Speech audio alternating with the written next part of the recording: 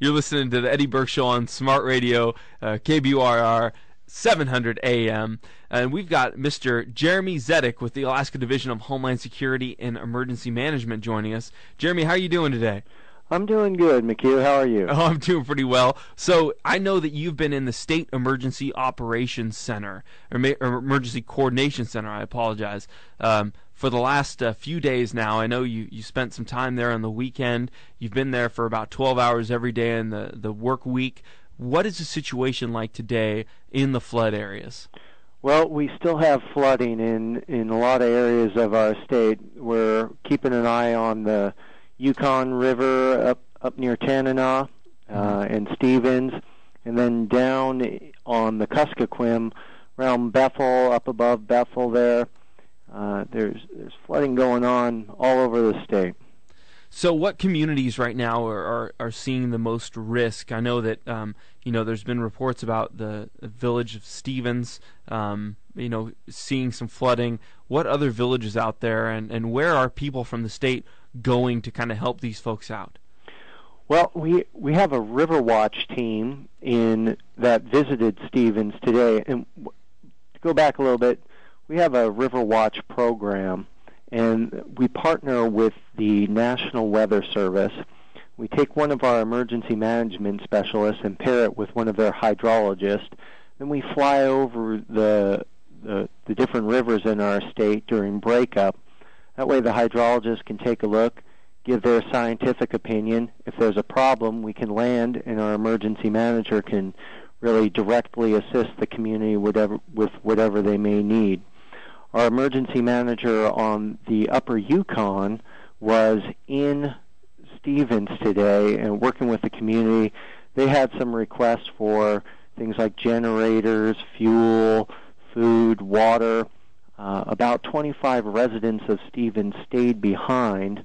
The rest of them were evacuated to Fairbanks. And now, how big is that community? Is there about 500 people there, 600 people? I think it's a little bit smaller, maybe about 250. Okay. But I'd have to check on that. We do know that 25 people stayed behind, and they're taking shelter at the airport and at the school. They didn't have power at the school this morning, but they expected to be able to get that up and going. Now, this is really the third village, it seems, that has seen some damage. We have Eagle that was hit pretty hard. Fort Yukon, they kind of avoided some of it, didn't they? Well, there was flooding in Fort Yukon. The water goes up. One thing to keep in mind with these river communities in remote Alaska, they experience some type of flooding quite often. Mm-hmm. So it's not unusual for them to just kind of say this is business as usual. But this year we've had a lot of flooding.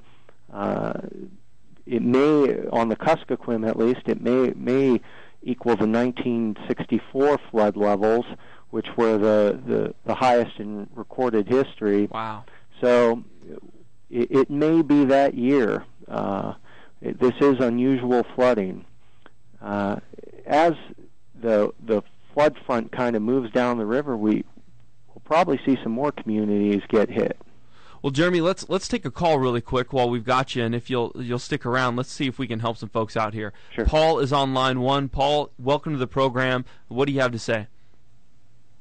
Are you there? Yeah, Paul. Hey, sorry about that. How you doing? It was unrelated, and I just now turned the show on and didn't realize what you were even talking about. Well, hey, I've got Mr. Jeremy Zidek from the Division of Homeland Security and Emergency Management talking to us right now about the flooding situation. But what's on your mind? Well, I just thought it was funny, and usually I didn't even know that you were on today. But I just thought it was funny. I just wanted to tell you guys that I'm listening to this thing about windmills out in the valley. Uh-huh. And this guy comes on for a commercial, and what's he say? He says, instead of buying a snow machine or a four-wheeler, why don't you buy a windmill instead? There you go. I thought this guy's got to be he's got to be drinking some really heavy-duty tequila or something.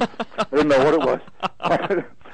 But I want you, hey, as far as your subject goes, I've been out in the villages when breakup's happening, and from the pictures I've seen some stuff. I've seen house-sized pieces of ice go flying up in the air and stuff. And my question is, as long as I got you on the phone, I've been wondering this: why can't you why can't someone go out there and actually set up some ordnance out there and blow a hole in those ice jams when they pile up like that, and let that water go running down? Yeah, that's a good question. Jeremy and I have kind of been talking about that. Jeremy, what have you seen on that? Have you discovered anything about that? Well, they used to do that, and they did a study on it, and they found that, it wasn't always effective. They weren't really sure if it was causing greater problems downstream. There was one case where the Army up near Fairbanks set some charges and blew up an ice jam, and that created a big water swell that traveled downriver and did some damages. And so it was never really apparent that it solved the problem. Don't you get the water swells anyway when the ice breaks? And this way you would have less volume of water behind it if you got to it sort of quickly. Yeah, and we've got the environmental issues as well with back in the day when they used to drop ordnance. Now they don't have quite the freedom to do that anymore. Well, I don't know about that. I'm a conservationist. I'm not an environmentalist. I don't know anything about that. Well, hey, Paul, thank you so much for your phone call. We really appreciate it. Hey, Jeremy, if you'll stick around with us, we're going to go into a quick drive-by news, and then we'll take a break. But we'll come back to Mr. Jeremy Zidek with the Division of Homeland Security and Emergency Management. But right now, we've got Jeremy Zidek from the Alaska Division of Homeland Security and Emergency Management, part of the state of Alaska, talking about the flood situation in interior Alaska and in western Alaska as well. Now, we've talked about some of the villages, Jeremy, that have been damaged. I know that the governor's been out there, and I guess Lieutenant Governor Parnell went out on Saturday. Is that correct? Yeah, that's correct. Lieutenant Governor Parnell went out on Kuskokwim with our director, John Madden. They visited Akiak, and they landed there while it was flooding, went up to the school and spoke with people in the community and reassured them that the state would do everything possible to help them out there. And what about the governor now? I know that she declared a disaster declaration last week, but she's out this week inspecting some of the villages to really see what the damage is, right? Yeah, that's correct. Today right now she's actually in Eagle. Last report I got, she was at the school meeting with community leaders, talking to them about their concerns and what they need from the state. We've provided a lot of stuff for Eagle. We've got Red Cross set up a shelter there. We have a dirt team there, a disaster immediate response team, and they're looking at the damages. The dirt team is made up of people from our Division of Homeland Security and Emergency Management, the Department of Health and Social Services, Department of Environmental Conservation. We're all working together to see what we need to do to get Eagle back on their feet.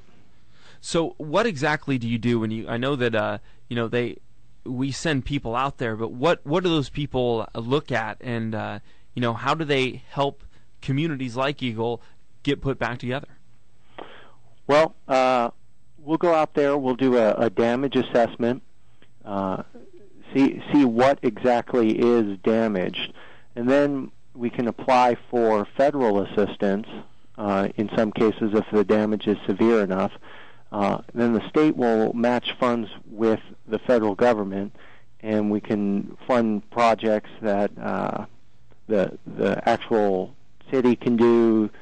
Department of Transportation go in there and really start to rebuild that infrastructure. We also have programs available from the state where if someone can't return to their home for a long period of time, we have a temporary housing program. Oh, that's great stuff. We can find alternate housing until they can repair their home. There's also programs to help them repair their home. And those damages, the damage assessment teams are really laying the groundwork for that, so we know what level of need is in the community.